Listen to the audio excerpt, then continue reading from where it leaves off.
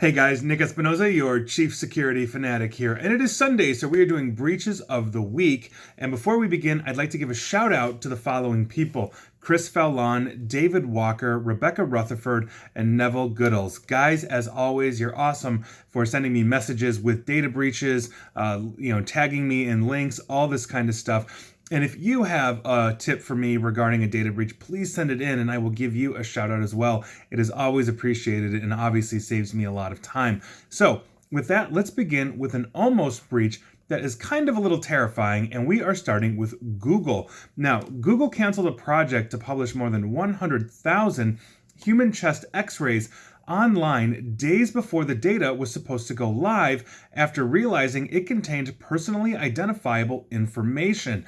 Now, this incident took place in 2017 and was part of a joint project conducted with the National Institute of Health. Now, the Washington Post story cites emails and an interview with an anonymous source familiar with the project. It says that although Google and the NIH worked together to remove all of the identifying information, Google was rushing to meet a self-imposed deadline and did not give these privacy issues proper attention. So, catastrophe, or rather data breach, avoided, and this is why we should take care when we are dealing with patient and sensitive information. Moving on, let's talk about Disney Plus. This recently just launched and got over 10 million subscribers in the first 24 hours or so. This is Disney's new streaming service, and hackers didn't waste any time whatsoever and have started hijacking Disney Plus user accounts and they're starting to sell them on the dark web, according to a ZDNet investigation. The prices for a username and password for Disney Plus ranges from $3 to $11. And so heads up to you, this is why we need good security and control. Moving on, let's talk about ZoneAlarm. Now, ZoneAlarm is the consumer brand of the security firm Check Point, who is a major player in firewalls and cybersecurity. They fell victim to a data breach thanks to the vBulletin vulnerability. Now, I've talked about this a few weeks ago. A lot of websites that were running vBulletin weren't updating it, and a major vulnerability creeped up into this. And by virtue of that, hackers are able to get into a lot of bulletin services and forums. And so obviously ZoneAlarm is not alone in this. They had about 4,500 subscribers there. So FYI, if you are a subscriber to the ZoneAlarm forum, you want to change your password. Moving on, let's talk about InfoTrack's system. They are actually a rather large IT provider. The U.S. Federal Trade Commission is suing them for failing to detect 20 hacking intrusions over a 22-month period, allowing the hacker to gain access for 1 million consumers. Now, the provider here, InfoTrack Systems, only discovered the breach when the hacker maxed out the provider's storage system. So obviously that's a huge issue for them. And if you have anything to do with or use InfoTrack system, heads up to you, you may want to contact them.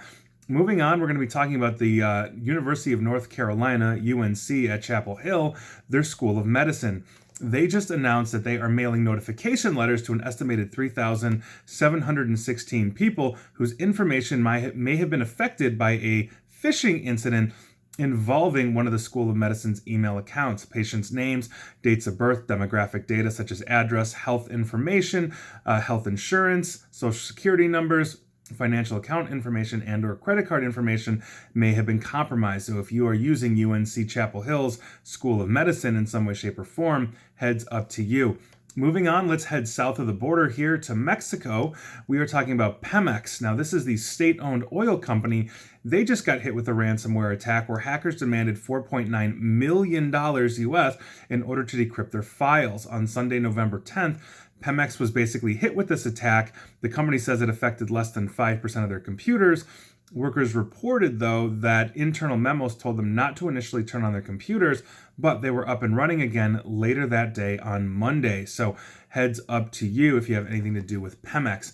Moving on, we're talking about Orvis.com. Now, this is a Vermont-based retailer that specializes in high-end fly fishing equipment and other sporting goods. They leaked hundreds of their internal passwords onto pastebin.com for several weeks last month, exposing credentials the company used to manage everything from firewalls and routers to administrator accounts and database servers, etc., etc. Now, this reporting is coming from Brian Krebs, and Orvis is saying that this exposure was inadvertent and many of these credentials had already been expired. But the list of credentials and security stuff that was put out there is absolutely nuts. So the information that's out there, antivirus engines, data backup services, firewall products, Linux servers, Cisco routers, NetFlow data, DNS controls, basically Orvis wireless networks, employee wireless phone services, Microsoft 365 accounts, Active Directory accounts and passwords, battery backup systems, security cameras, encryption certificates, mobile payment services, FTP credentials, Apple ID credentials, door controllers, and even the combination to a locked safe in the company's server room. Now, the only clue as to where this came from appears to be the notation at the top of the document that reads VT Technical Services. I did a quick Google of that, and I did not get a link to any basic IT provider website or anything like that. But heads up, if you use Orvis.com, looks like everything on their back end might have gotten compromised, which means you may have gotten compromised. And moving on, because we are nowhere near done, we are talking about the University of Rochester, New York Medical Center. They just got hit with a $3 million settlement fine and a 2-year corrective action plan for 2 technology-related breaches, if you are not aware. The organization filed a breach report with the HHS Office for Civil Rights after discovering that protected health information was disclosed through loss of an unencrypted flash drive. In 2017, the organization again filed a breach report after an unencrypted laptop was stolen. So those 2 incidents equal $3 million of HIPAA violations. If you have anything to do with the University of Rochester Medical Center, heads up to you.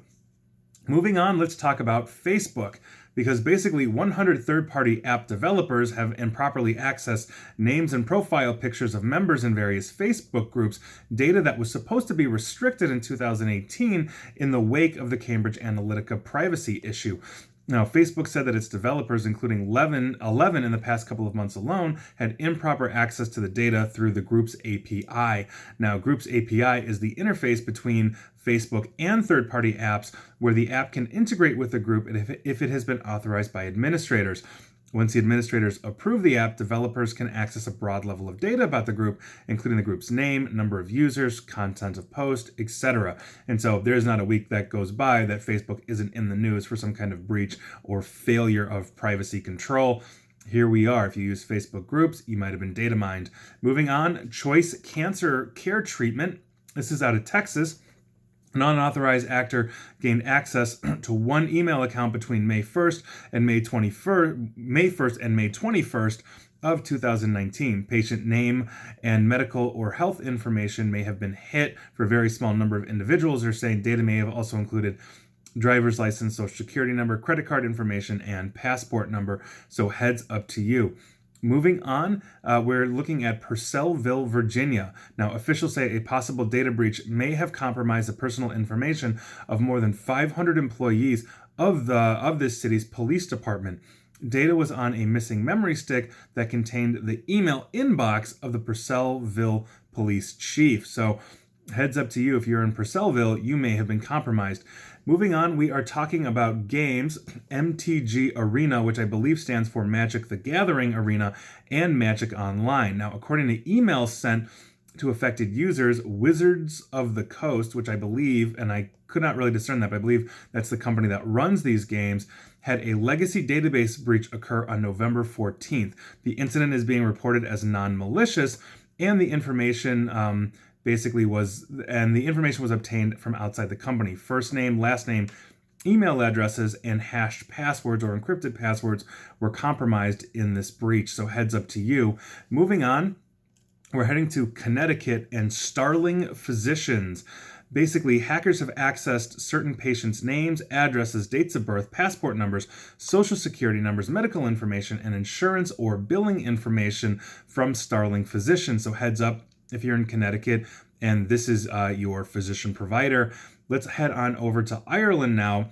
and talk about Liver Wellness. Now, they wrote to customers last month to say that the company's email account had been basically accessed illegally. The company said that the malicious hacker had used the company's email account to write to the customers, asking them to share sensitive personal information in return. So heads up, if you are in Ireland and using Liver Wellness, you may have been compromised or sent a malicious email.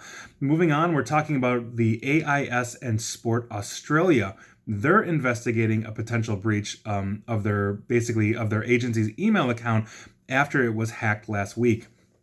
That is the only information I have right now. The only source for this came from Canberra, and they wanted $3 a month for me to access the file. So you know what I know at this moment. So heads up, Aussies that have anything to do with AIS and Sport Australia. Moving on, we're heading back to the United States in Oklahoma, talking about Solara Medical Supplies. Now, an unknown actor gained access basically to one of their employees' Office 365 accounts as a result of a phishing campaign. And so customer and employee personal information that might have been accessed are first and last names, address, dates of birth, social security numbers, employee identification numbers, personal medical information, health insurance information, financial information, credit debit card information, driver's license, state ID, passport information, password, PIN or account login information, billing, claims information, and Medicare/Medicaid ID. So heads up to you and if you have anything to do with Solara Medical Supplies.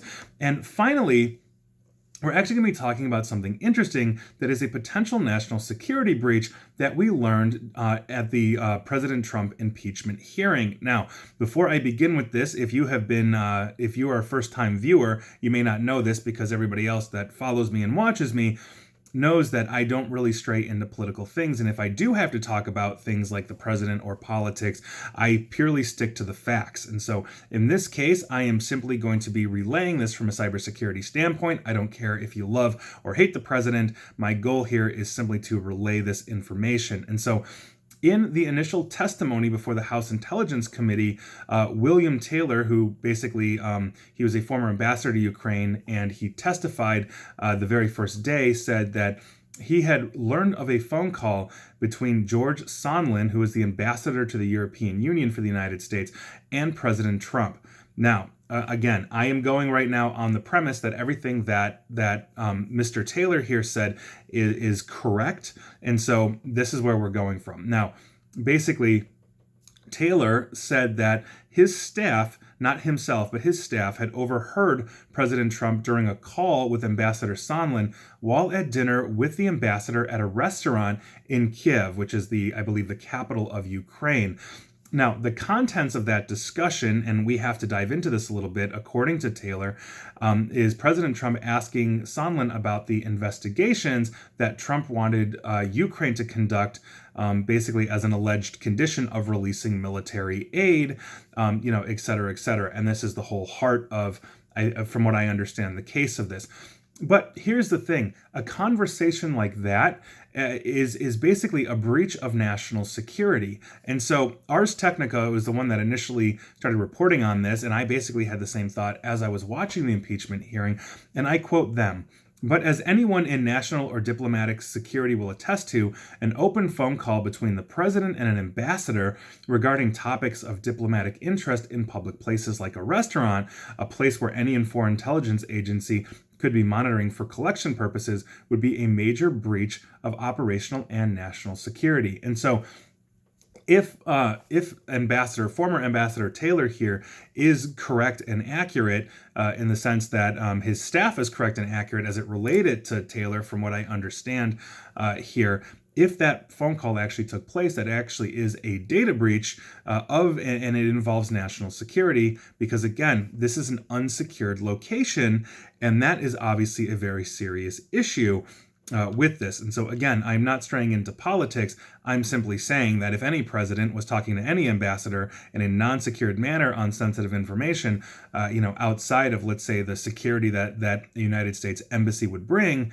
then that is a breach of national security. And I think it's something that we really need to make sure that we are talking about, in that sense. A couple of weeks ago, I also did a video on some of the members of Congress breaching a SCIF, which is basically a secured facility, a secured room within a U.S. government building, where basically outside electronics are not allowed because it's basically there for anti-eavesdropping and surveillance from foreign government. And they were bringing in personal devices like cell phones, etc., which is a breach of basically national security and U.S. protocol. This, in that sense, would be no different. And so I think it's something that we need to discuss because, quite frankly, if you are watching this and you are in the government, obviously you guys should know better, than to do stuff like this. But I think it's something that we need to bring up because that is potentially a very damning breach because it involves national security. And so those are your breaches of the week. Again, being not political, just simply relaying the facts and the logistics of how that relates to cybersecurity. So once again, those are your breaches of the week. And please like, share, follow me here on Facebook and Twitter at NickAESP. And please feel free to subscribe to me at YouTube as well. And as always, stay safe and stay online. Thanks, guys.